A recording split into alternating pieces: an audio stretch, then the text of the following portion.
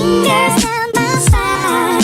Girl, you look mighty fine. Won't you rub your fingers down my spine? Girl, you look mighty fine. Won't you rub your fingers down my spine? Girl, you look mighty fine. Won't you rub your... Hi guys, welcome to my channel and welcome to Review Fridays. I don't know why I'm shaking my shoulders as always, but yeah, so welcome to Review Fridays, and today we are talking... Oh wait, I don't know if I said this in my previous videos, but Happy New Year. New me, you. No. Huh? That wasn't even a bloody sentence. Anyway, Happy New Year. I hope you had a wonderful Christmas and enjoyed spending New Year's with loved ones and everything like that. If you didn't, I just hope you had a good time relaxing and stuff. So today for Review Fridays, we are going to talk about the thing that came out during Christmas time, BirdBox. Yes, we are. It came out on Christmas Day, I believe. I don't know. Remember putting it, obviously everyone's with the family, and then when you're like with the family during Christmas, you're gonna watch something, aren't you? We went on Netflix, BirdBox was right there, looking at us. So yes, we watched it. We didn't finish it all because we had tiny children. Well, one tiny child.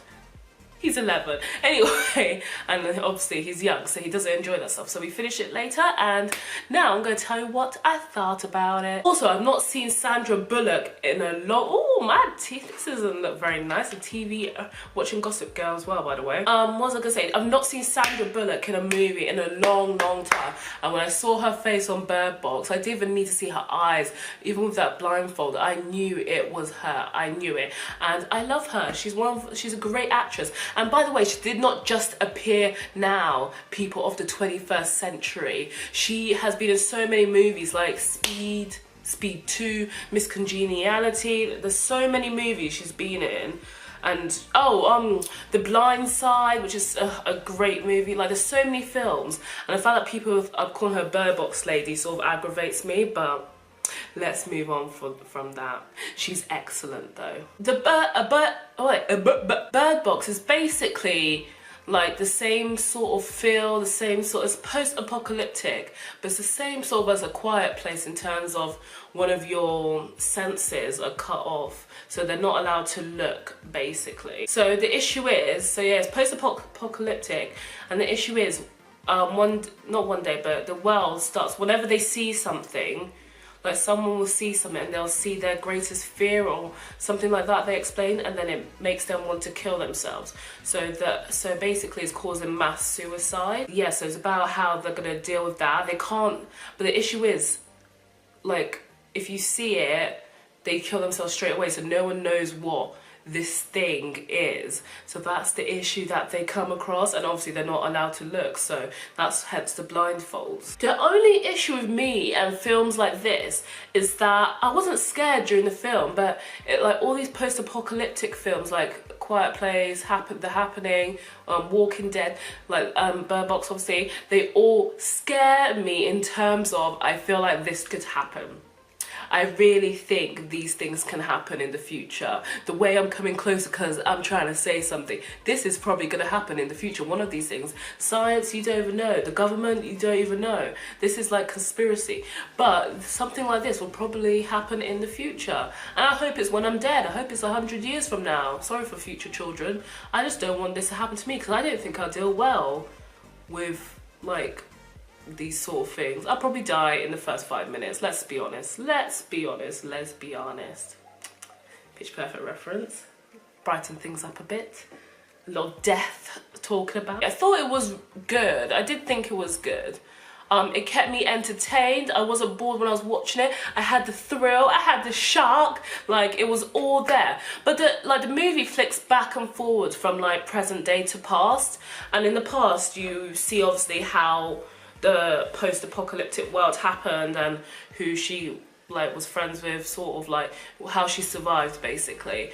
And like in the past she ends up in the house with all these people, but then obviously it's flicking back to present day and she's by herself with the children, so it's just a bit like you know they're all gonna die basically. You know all those people that she's with in the house are gonna die, and it's just, well, in some way, I like that they flick back and forwards, but in some ways, I wish they could have done it in a way that we wouldn't have known that they all die, because when they do die, when the movie carries on and it shows them dying, I feel like I didn't have an emotional connection with a lot of them, because I just knew they were gonna die anyway, until they tricked me about with the black guy. I can't remember his name, but you think, oh yeah, you knew, like when it goes 5 years from the past, if you get what I mean, like it shows him with Sandra Bullock and the 2 kids. I'm like, oh, so maybe actually he does survive. And then they killed him,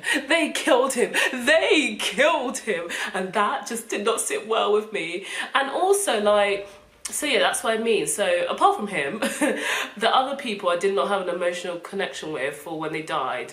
Like, I just thought, oh, that's sad, because I knew they weren't gonna survive a long time. But my other issue was with the Asian guy at the beginning, in which he lasted, what, 5 seconds. I wish they'd let him stay in it a bit more. To be fair, he was so brave. He was so brave thinking about watching it through the screen and stuff, because you would think, yeah, okay, yeah, that makes sense. Anyway, but the fact that they left him in that room by himself, like, it just doesn't make sense. He was doing something, like, he was taking one for the team basically, and they just left him in there to rot. They left him in there when one of them could have been standing behind the computer screen, so not looking at it, and then just seeing what happens. Do you get what I mean? Like, just seeing how it all, like, unfolds when they do see it, because no one really knows. It just frustrated me that bit a lot. Bless him. And then he took one for the team, and it didn't even work out in the end. It was a waste. It was a waste. I wish they showed the monster in real life, like in the TV, like showing us properly what the monster looks like, instead of showing us through like the drawings of that crazy man, because I don't know, I think it would have added a nice little element, or they just should have shown us nothing at all. I know there's many crazy guys as well, but I mean the crazy guy that was let into the house when he should have been let into the house, and everyone was obviously screaming at the TV when that girl let him into the house. Like, why would you do that? Oh, well, you're just right, I had a gut feeling about him, and you know, and they all had a gut feeling about him. They should have just listened to the bald guy and like just locked him up in that other room, or I don't even know, something. Like, oh, it was such a waste of lives. He killed everyone in that house. He killed by one, because one girl wanted to let him in. What was her name? Olivia. She wanted to let him in because they all let me in. Oh my boo-hoo. No, it's survival. You need to think of survival now. That still irks me. It still irks me. Survival of the fittest, and this is why they say survival of the fittest, because I don't know where I'm going with this point. Let's move on. But yeah, so the good things were that the tension was good, the shock factor was good, the thriller was good, the acting superb. Like, all those things were just excellent in the movie. I think the writers did it in a, like, it looks like a TV movie, but still, it was still shot in a really good way, and the acting was just so, well, I think there were quite a lot of famous actors in it anyway, so obviously they're gonna be good, aren't they? Acting superb, shock superb, I don't know why I'm like, shock superb, tension superb, basically almost a 10 out of 10 for me, almost.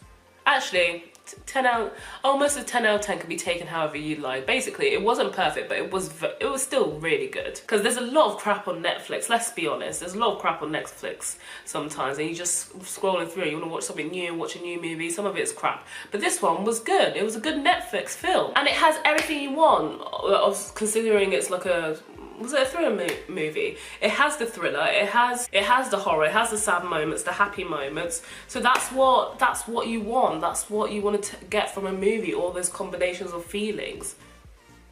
That's what I want anyway. My only other issue was that it ended a bit too happy for me. Like, them like going to the blind person's like sanctuary sort of. It was just a bit too happy. It just doesn't, and I felt like it added a lot of loopholes that did not need to be there. I don't know, I feel like it could have ended happy, but just still an element of like, oh, they're in this world now, they still have to survive. Whereas this when it ended like in the sanctuary, it's just a bit like It's just boring. Like, they're all playing. Why would you be playing? You should be making plans. Make plans to survive. Sandra Bullock, I love you. That sounds... I look so weird. I just looked at myself in the viewfinder. Tone it back, sorry. Tone it back. That's the You moment. You know, You, the TV show. That was a bit of that moment. And I apologise. I feel like I'm dressed a bit... I don't know, hippie-ish today. I have not worn a long necklace in ages. Remember back in the day, like early 2000s, and everyone's wearing long necklaces? I don't think it was perfect, but it was a very good movie. And the acting, like I said, was superb. I think the acting carried it, to be honest. So yeah, well, those are my thoughts anyway. I would sort of rate that maybe be a 7-ish, 7 out of 10 for a Netflix film. 7 out of 10, yeah. Because I watched, what's that, The Princess Switch during Christmas time, and I'm sorry, I love Vanessa Hudgens and High School Musical and everything, and I love the guy, the prince that's in it actually, because he's from Nashville. Anyway, like Nashville, the TV show. Anyway, and that was absolute crap, so for a Netflix film, I would say that's a good, like Bird Box is a good 7, maybe 8 out of 10. Yeah, I strongly say that. And looking on social media, it seems like most people love it. People need to calm down on the memes though, because I don't know why this world has to take everything for a meme, but anyway. But yeah, going for social media, it looks like everyone liked it anyway. And the main point is that it entertained us, and that's what you want from a movie, entertainment. So that is it for my review. Hope you enjoyed it. Let me know your thoughts, your feelings, what you thought about the movie. And I'll catch you on my next video. Thank you. Peace.